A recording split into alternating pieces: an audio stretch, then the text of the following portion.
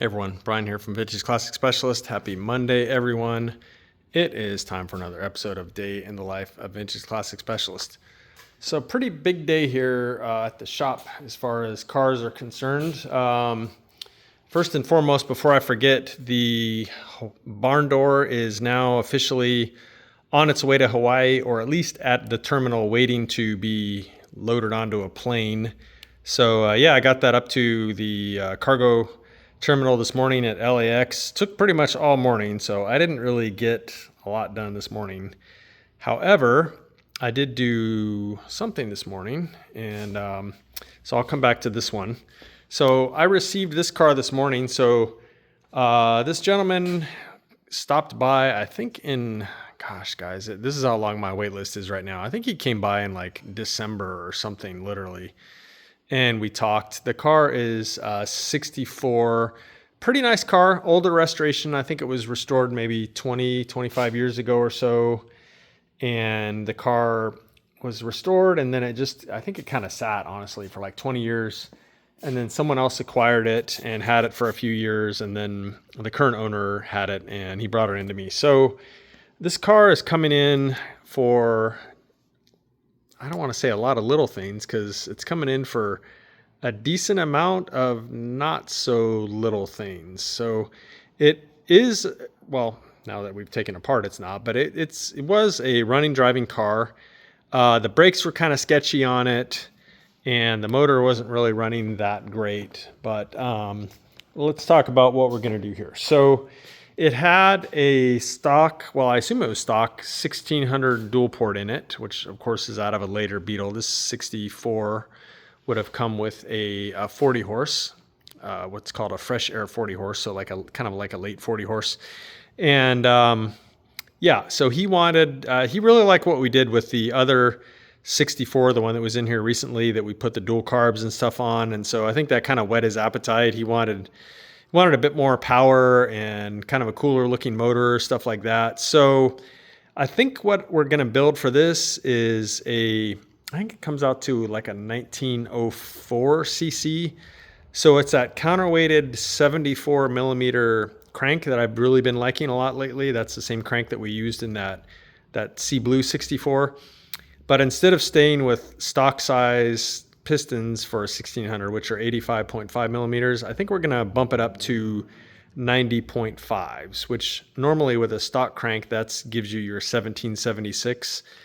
So 1776 with a slightly bigger stroke, and it ends up being, like I said, I think it's like a 1904, something like that. It's not a super common combination that you hear of, but to me, it's like actually a really good balance. It's basically like the smallest big pistons, unless you count like the slip-ins, the smallest big pistons, and kind of like the smallest stroker crank, the 74.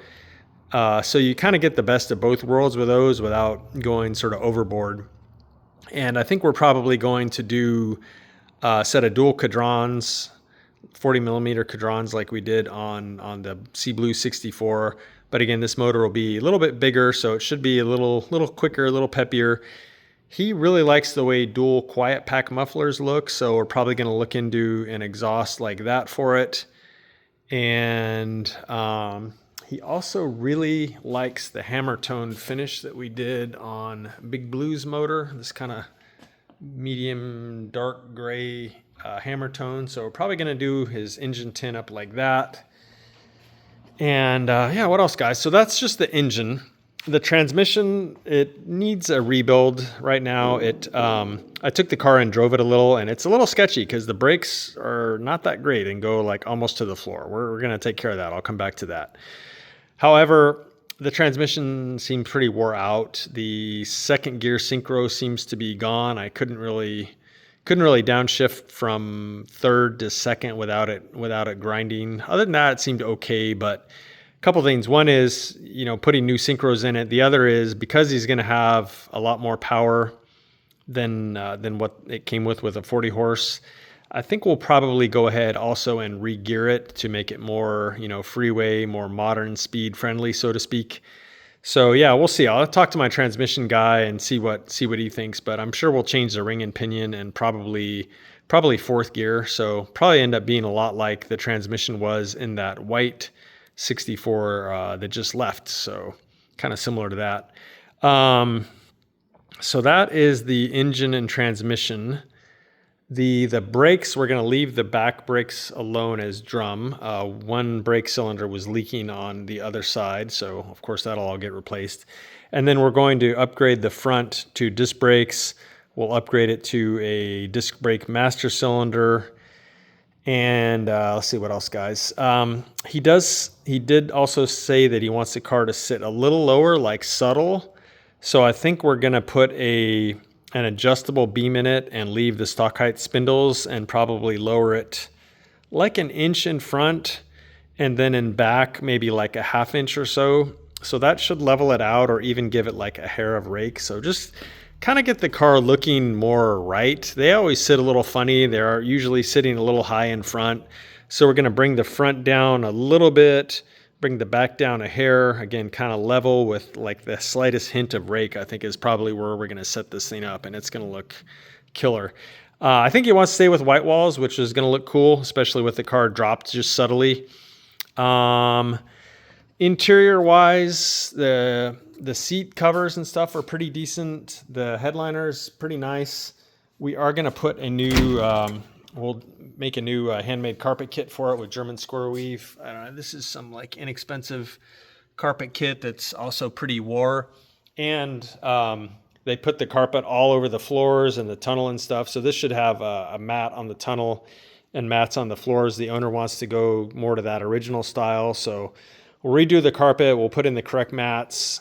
Rest of the interior should stay the same. It already has nice door panels in it. I don't know if those are from TMI or what, but they look pretty decent. So interior wise, that's it. As you can see, I already pulled apart his doors, and that is because the scrapers were a mess. They were all crusty and missing, pieces and stuff like that. So doors will be getting rebuilt as far as all the scrapers and felt channels and stuff like that. So I already started on that. And then that's the window slapping around in there. It's just laying in the bottom. So Jacob was in today, and he actually went ahead and pulled the motor out. Went ahead and had him on that, and he did it. And so that's out. And then I am starting to disassemble. After I finished disassembling the doors, I started here pulling the brakes and stuff apart so that I can pull his transmission out. So probably tomorrow, guys, I'll probably see if my transmission guy can swing by and pick up this transmission.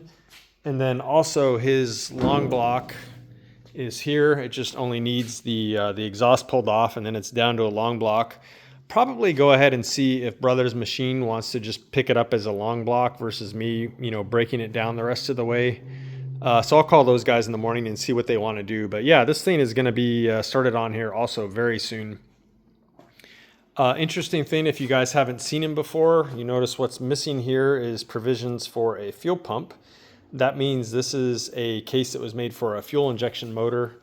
So they used, of course, like an electric high pressure fuel pump. So that was just, sort of essentially cast out of the engine case.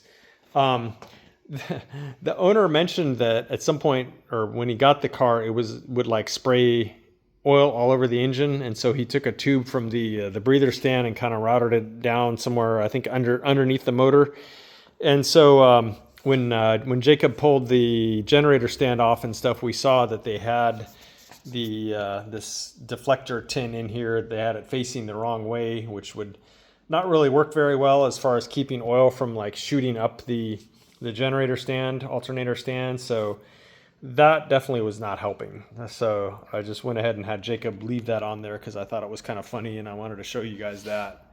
But that is not the way that thing is supposed to face. It's actually very important as far as keeping oil from spraying all over your motor. It should actually be rotated 90 degrees to the right of where it is now. So those fins actually deflect the oil that's getting thrown at them from this way as the crank spins, flinging oil that way. Those little fins facing like that, the oil hits those and just drains back into the case. The way they have it here, or pretty much any other way, the oil gets flung and can just kind of like bypass those and make its way up the the stand there. So anyway, kind of funny, and it explains why he was having so much oil like shooting around his engine compartment. So yeah, that's his motor. I think that pretty much sums up this one, guys. He does have a sitting right there. He does have a, I guess you call it a deck lid rack. I don't know. It's the one that kind of goes over the back of the car here. He asked if we could make that so that it was a quick release both on the top and bottom, because really kind of a pain to open the engine lid on these when those things are there. If you want to like be working on the motor, it's just all kind of in the way. So yeah, I'm gonna, right now it has quick release pins on the top where you can tilt it back to open the engine lid, but then it's like sitting right there in your way as far as like accessing the engine. So I'm going to come up with something where there's also quick releases on the bottom, so he can just, you know, yank the whole thing off pretty easily, pulling a few pins or whatever. So some little projects like that on here too. I'll figure out what's going on with his wipers, guys.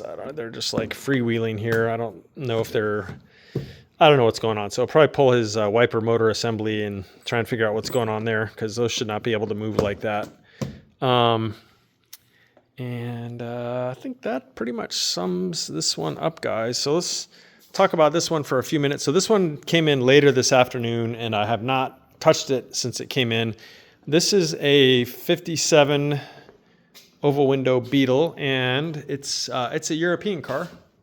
So it's got semaphores. So U.S. cars lost semaphores late in the 55 production year, and European cars kept them for a few more years. So kind of cool. Oval windows with semaphores, but yeah, not a rib door car. So it's definitely a later one. But yeah, European. That's how you tell a European later oval, is it's got semaphores. So this car came in for also sort of a laundry list of things. The transmission that's in the car now is stuck in third gear. He has a brand new transmission, which he had built for it, sitting right there. That was built by Benco, I think. Yeah, Benco. Super pretty. I like the painted case like that. Kind of cool. So motor's got to come out. That transmission is going in. And then I have to install his oil cooler and I think oil filter. I think neither of those are installed or plumbed. And I think the brakes need to be, so it's got Willwoods, I think front and back, but I don't think they're bled or anything yet. So those need to be bled. The fuel system, I think there's an electric pump maybe that needs to be installed and plumbed. And something is going on, I think, with his steering that needs to be checked out.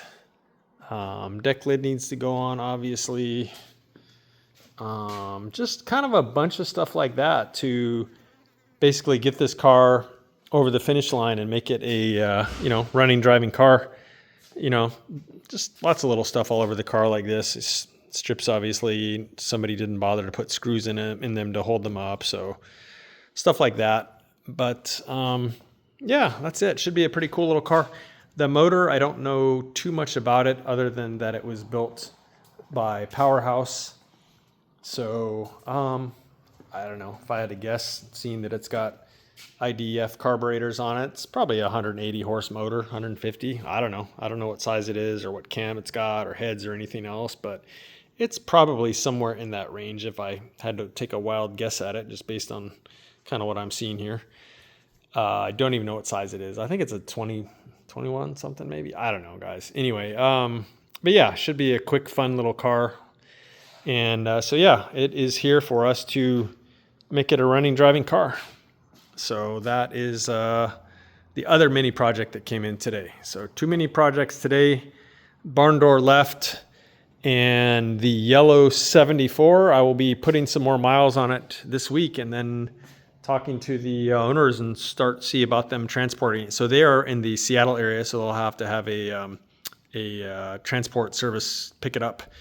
And yeah, so that's it for today, guys. Pretty busy day in the shop here. Cars coming and going, and starting in on one mini project at least. Probably go ahead and start on this one tomorrow. So as usual, tons going on here, guys. So thank you all very much for watching, and we will see you again tomorrow. Bye.